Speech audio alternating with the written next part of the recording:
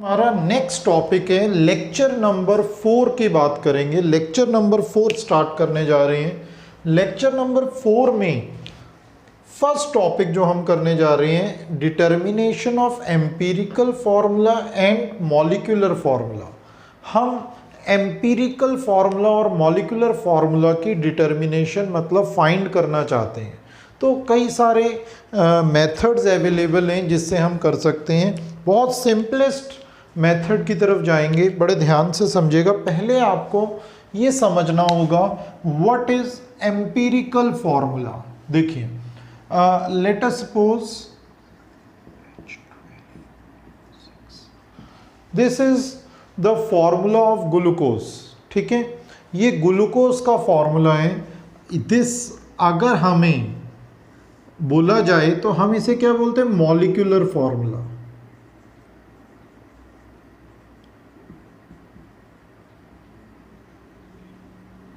But अगर इसे convert करना हो किसमें, एम्पिरिकल फार्मूला में, तो हम कैसे कन्वर्ट करेंगे।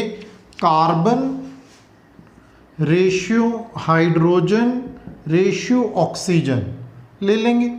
कार्बन इज 6, 12, 6, क्या आ गया बच्चे, 1, 2, 1। तो कार्बन कितने आए, 1, हाइड्रोजन कितने आए, 2, और ऑक्सीजन कितने आए, 1। So this becomes empirical formula.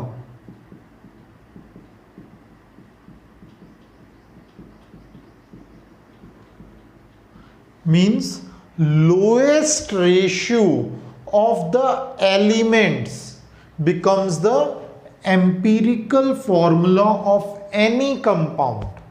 Empirical formula of any compound. We can say that molecular formula is equal to n into empirical formula.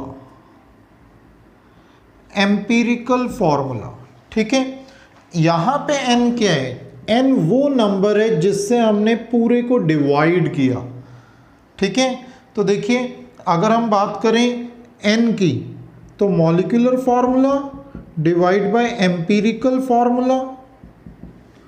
ठीक है ना, क्या बना, यहां पे अगर हम देखें तो हमने पूरे को 6 से डिवाइड किया तब ये टर्म आई, तो n की वैल्यू क्या आ गई, यहां पे 6 आ गई। ठीक, क्लियर है ये बात। तो ये बात का ध्यान रखना है कि n क्या होगा, जिस नंबर से डिवाइड करके लोएस्ट रेशियो में हम एम्पिरिकल फॉर्मूला को लेके आ रहे हैं। अब n को molecular formula over empirical formula, और you can say molecular formula mass over empirical formula mass. याद रहे m क्या है, molecular formula mass, empirical formula mass. Calculate करते हैं, बड़े ध्यान से समझिएगा। अगर यहाँ पे मॉलिक्यूलर फार्मूला फाइंड करना है तो 6 इंटू 12 हो जाएगा, प्लस 12 इंटू 1 हो जाएगा, प्लस 6 इंटू 16 हो जाएगा। That comes out to be 180। यहाँ पे अगर हम मास कैलकुलेट करें, एम्पिरिकल फार्मूला मास कैलकुलेट करें, क्या हो जाएगा, 12 इंटू 1 प्लस 2 इंटू 1 प्लस 16। ठीक है, तो ये बन जाएगा 18 और 12 30। क्लियर है ये बात। अब देखें मॉलिक्यूलर फार्मूला मास कितना आया, 180। डिवाइड किससे करेंगे, एम्पिरिकल फार्मूला मास से, दैट इज 30। तो ये आ जाएगा आपका कैलकुलेट करके 6, वही आ गया जिससे हमने लोएस्ट रेशियो में डिवाइड किया था। तो आपको n की वैल्यू कैलकुलेट करनी बताई मैंने, किस तरह से कैलकुलेट की जाती है। अब हम इस पे ना न्यूमेरिकल करेंगे। देखिए बच्चे, स्टेप्स तो मैं आपको सारे बता दूंगा, लेकिन जैसे जैसे न्यूमेरिकल करते जाएंगे प्रैक्टिस होती जाएगी। ये बहुत ही इजी कंसेप्ट है, तो मैं डायरेक्टली न्यूमेरिकल पे अप्लाई करूंगा इन फॉर्मूलाज को। ठीक है, और भी कुछ होगा तो न्यूमेरिकल में ही हम डिस्कस करेंगे, थ्रू न्यूमेरिकल ये टॉपिक पढ़ने की कोशिश करेंगे। नेक्स्ट हम एक क्वेश्चन डिस्कस करने जा रहे हैं एम्पिरिकल फार्मूला और मॉलिक्यूलर फार्मूला बेस्ड पे। देखिए क्वेश्चन क्या है, बड़े ध्यान से समझना। Mothball contains 93.71% of carbon and 6.29% of hydrogen if its molecular mass is 128 gram per mole, calculate its molecular formula. देखिए हमने करना क्या होगा, बड़े ध्यान से समझना। जो भी हम एम्पिरिकल फॉर्मूला पे क्वेश्चन आएगा, आपने पहले इस टेबलिक फॉर्म को याद करना है और सिस्टमेटिक ऑर्डर में इसे लिखना है। वो क्या है, सबसे पहले एलिमेंट, परसेंटेज, फिर atomic mass, relative number of atom, simplest ratio, simplest whole number ratio. Systematic order में याद करें, पहले क्या आएगा एलिमेंट, फिर क्या आएगा परसेंटेज, फिर क्या आएगा एटॉमिक मास, फिर क्या आएगा रिलेटिव नंबर ऑफ एटम्स, फिर क्या आएगा सिंपलेस्ट रेशियो, फिर क्या आएगा सिंपलेस्ट होल नंबर रेशियो। ठीक है, तो ये सिस्टमेटिक ऑर्डर में आपको ऐसा पहले से ही याद कर लेना है, क्योंकि हर एम्पिरिकल फॉर्मूला के न्यूमेरिकल में ये सिस्टमेटिक ऑर्डर एज सच लिखना होगा। ठीक है, अब देखिए क्वेश्चन को सॉल्व करते हैं। कौन कौन से 2 एलिमेंट्स हैं, हमने वो लिख लेने, कार्बन और हाइड्रोजन है। ठीक है, फिर परसेंटेज दी हुई है 93.71 और 6.29। एटॉमिक मास कार्बन का क्या होता है बच्चे, वो लिख लेने 12 और हाइड्रोजन का 1। ठीक है, अब बच्चे रिलेटिव नंबर ऑफ एटम्स कैसे फाइंड किए जाते हैं, याद रखिएगा परसेंटेज डिवाइडेड बाय एटॉमिक मास से, याद रहेगा परसेंटेज डिवाइडेड बाय एटॉमिक मास से। तो percentage 93.71 divided by atomic mass that is 12, तो 7.809 डिवाइड करके आ गया। यहाँ पे क्या है 6.29 डिवाइडेड बाय 1, तो 6.29 याद रहे। अब क्या करना है, बड़े ध्यान से समझना, दोनों में स्मॉलर कौन सी वैल्यू है उससे दोनों को ही डिवाइड कर देना है। नेक्स्ट स्टेप में सिंपलेस्ट रेशियो निकालने में दोनों में स्मॉलर कौन सी वैल्यू 6.29, तो दोनों को डिवाइड कर देंगे। देखो दोनों को डिवाइड किया 6.29 से, ठीक है, दोनों को डिवाइड कर दिया। अब यहां पे आंसर क्या आया 1.24, यहां पे आंसर क्या आया 1। ठीक, तो दोनों को अगर डिवाइड करके यहाँ पे क्या आ गया 1.24, यहाँ पे क्या आ गया 1। अब ये तो सिंपलेस्ट रेशियो बनी, हमने किस में कन्वर्ट करना है, सिंपलेस्ट होल नंबर रेशियो में। उसको कन्वर्ट करने का क्या वे है, बड़े ध्यान से समझना। ये वे आपके नोट्स में या आपके बुक्स में नहीं लिखा हुआ, तो बड़े ध्यान से समझना। देखिए बच्चे कोई भी स्केल है, मान लीजिए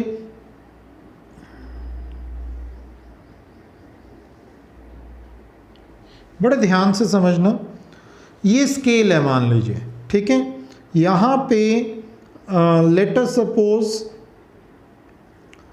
0.15 यहाँ पे आ रहे हैं और 0.85 यहाँ पे आ रहा है। ठीक है, बड़े ध्यान से, अगर तो आपकी वैल्यू पॉइंट के बाद जो भी आ रही है इन दोनों के बीच में आएगी, इन दोनों के इन बिटवीन आएगी, याद रहे 0.15 से लेकर 0.85 तक आएगी इन बिटवीन।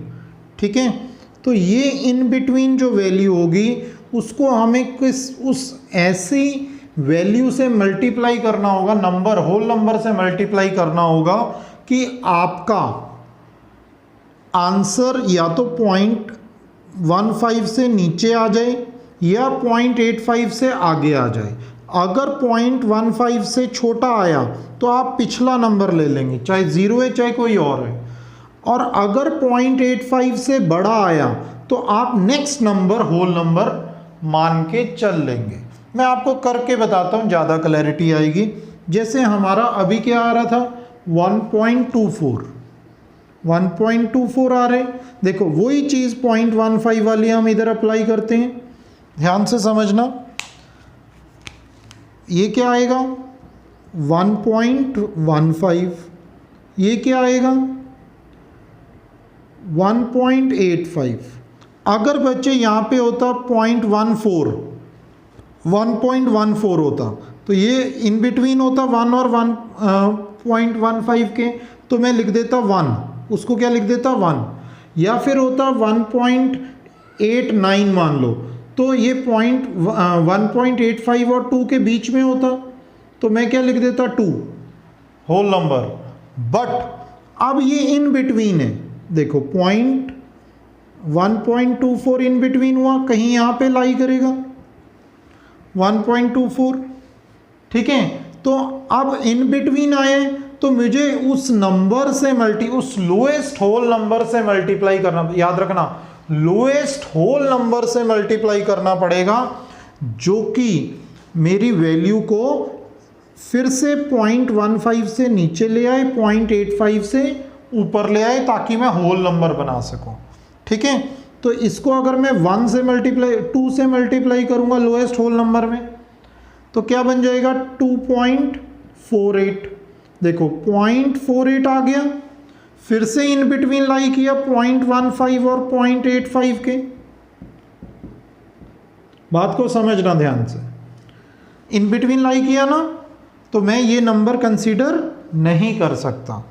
फिर 1.24 को मैं किससे मल्टीप्लाई करूंगा 3 से, ये आ जाएगा 3.72, फिर से 0.72 आ रहे हैं, जो कि इन बिटवीन लाई करते हैं 0.15 और 0.85 के इन बिटवीन लाई करते हैं, तो इंटू 3 भी मैं नहीं कर सकता।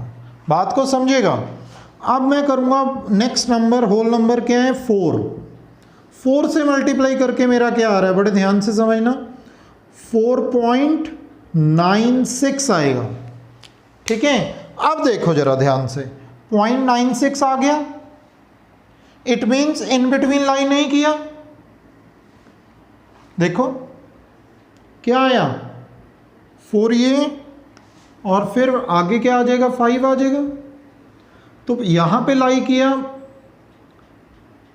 फिर से वही चीज बना दो 4.15 4.85, इसके इन बिटवीन लाई नहीं कर रहा, 0.85 के बाद में लाई कर रहे हैं, कितना आ रहे हैं 4.96 आ रहे हैं, जो कि 4.85 और 5 के बीच में लाई करते हैं। इट मीन्स मैं नेक्स्ट नंबर होल नंबर इसे कंसीडर करके चल सकता हूं, ठीक है। तो आपको बहुत सिंपल वे बताया है, आपको देखने में लग रहा है ये बहुत सिंपल है, 0.15 टू 0.85 के बीच में लाई करेगा, तो होल नंबर से मल्टीप्लाई करके उसको 0.15 से कम या 0.85 से ज़्यादा कर दो, ताकि होल नंबर में ये बदल सके, ठीक है। तो अब ये होल नंबर में बदल रहे हैं, तो मैं इसको मल्टीप्लाई कर दूंगा किससे 4 से, ठीक है, ताकि मेरा क्या आ जाएगा 4.96 आ जाएगा, which is almost similar to 5, ठीक है। तो मैं 5 होल नंबर ले सकता हूं, और यहां पे अगर मैंने 1.24 को मल्टीप्लाई किया 4 से, तो 1 को भी 4 से मल्टीप्लाई करना पड़ेगा, सेम नंबर से दोनों सारी टर्म्स को, जितने भी एलिमेंट्स होंगे सबको करना पड़ता है। तो 4 से मल्टीप्लाई किया, इधर क्या आ गया 4, तो आपका यहां पे एम्पिरिकल फॉर्मूला, EF क्या लिख रहा हूं, एम्पिरिकल फॉर्मूला क्या बन गया, कार्बन कितने हैं 5, हाइड्रोजन कितने हैं 4, तो C5H4 बन गया, ठीक हो गया। अब इसका मास भी निकाल लीजिए, क्या आएगा 5 × 12 + 4 × 1, दैट इज 60 + 4, दैट इज 64, समझ आ गए बच्चे। अब मॉलिक्यूलर, अब हमने एम्पिरिकल फॉर्मूला मास निकाल दिया जो कि 64 आया। मॉलिक्यूलर फॉर्मूला मास आपको दिया हुआ है बच्चे, देखिए कितना दिए, 128। कितना दिए, 128। तो मैंने बताया था n कैसे फाइंड करते हैं। n कैसे फाइंड करेंगे बच्चे, बोलो। Molecular formula mass over empirical formula mass. वो कैसे आया, मॉलिक्यूलर फॉर्मूला मास के 128, एम्पिरिकल फॉर्मूला मास के 64, दैट इज 2 आ गया। ठीक है, तो अब मॉलिक्यूलर फॉर्मूला क्या बना, बोलो। आप ऐसे भी लिख सकते हो एम्पिरिकल फॉर्मूला होल n, या फिर ऐसे भी लिख सकते हो n इंटू एम्पिरिकल फॉर्मूला। तो एम्पिरिकल फॉर्मूला क्या था, C5H4 होल n, n की वैल्यू क्या आ रही है, 2। ये आ जाएगा C10H8। देखो 2 से मल्टीप्लाई किया, 5 2 ज़ा 10, 4 2 ज़ा 8। तो ये मॉलिक्यूलर फॉर्मूला आपका बन गया। बहुत इजी, अगर आप बड़े ध्यान से कंसंट्रेशन से समझेंगे तो ये बहुत इजी लगेगा। आपको ये टेक्निक फॉलो करनी है। इस टेक्निक को फॉलो करने का वे मैंने बता दिया।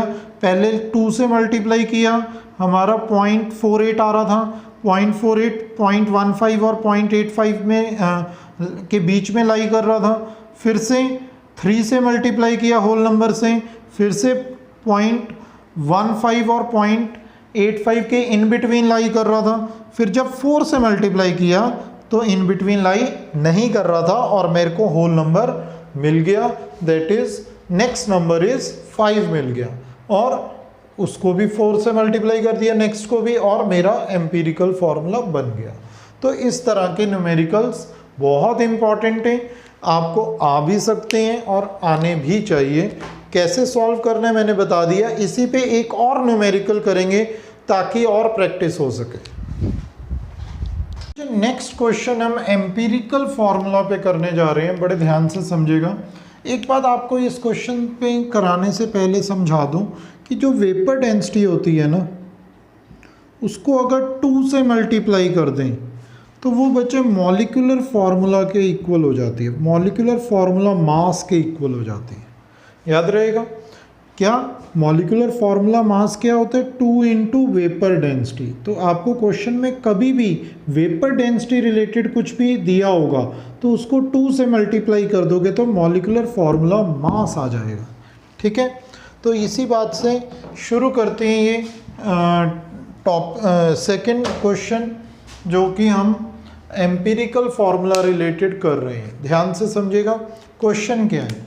An organic compound on analysis gave the following percentage composition. Carbon की दी हुई है, हाइड्रोजन की भी परसेंटेज दी हुई है, and rest is oxygen. The vapour density of the compound is 83। Find क्या करना है, मॉलिक्यूलर फार्मूला। तो देखिए पहले तो एम्पिरिकल फार्मूला कैलकुलेट करना होगा, वही चीज़ हमने किया। देखो पहले टेबलिक फॉर्म बना दी, element, percentage, atomic mass, relative number of atom, simplest ratio, simplest whole number ratio. तभी मैंने कहा था ये याद कर लीजिए, हर न्यूमेरिकल में आएगा। एलिमेंट लिख लिए, carbon, hydrogen and oxygen, 3 elements involve हैं।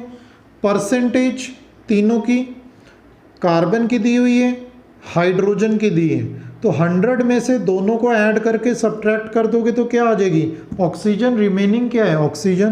तो 100 में से देखो 3 एलिमेंट है, टोटल परसेंटेज 100 होनी चाहिए। इन दोनों की दी हुई है परसेंटेज, तो ऑब्वियस है कि 100 में से सब्ट्रैक्ट कर दोगे किसकी आ जाएगी, ऑक्सीजन की भी आ जाएगी। एटॉमिक मास, कार्बन का 12, हाइड्रोजन का 1, ऑक्सीजन का 16। फिर relative number of atoms find कर लेंगे, कैसे, percentage divided by atomic mass. सबको percentage divided by atomic mass, percentage divided by atomic mass. तो इस तरह से आप कैलकुलेट कर लेंगे रिलेटिव नंबर ऑफ एटम्स को। तो ये आपके रिलेटिव नंबर ऑफ एटम्स आ गए। अब इसमें क्या करेंगे, इसमें आप सबसे लोएस्ट नंबर देखेंगे। तीनों में लोएस्ट क्या है 2.41, उसको तीनों से डिवाइड कर देंगे, तीनों से डिवाइड अप कर देंगे। देखो हमने तीनों से डिवाइड किया हुआ है ताकि क्या आ जाए, सिंपलेस्ट रेशियो आ जाए।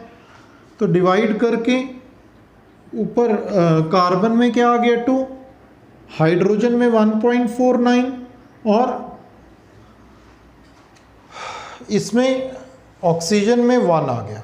अब देखिए हमारा ये होल नंबर है, ये होल नंबर है, बट ये होल नंबर नहीं है और ये 0.15 और 0.85 के इन बिटवीन लाई कर रहे हैं। तो मैंने बताया था 0.15 और 0.85 के इन बिटवीन जो लाई करेगा उसको लोएस्ट होल नंबर से मल्टीप्लाई करते हैं। तो 1.49 को 2 से मल्टीप्लाई करके देखिए क्या आ जाएगा 2.98। तो 2.98 क्या आ गया, 0.85 के बाद आ गया नंबर। तो इसको हम क्या लिख सकते हैं, नेक्स्ट नंबर दैट इज 3। ठीक है, याद रहेगा। तो हमने इसको अगर 2 से मल्टीप्लाई किया तो ऑब्वियस है कि हमें सबको 2 से मल्टीप्लाई करना पड़ेगा और आपका होल नंबर बन गया।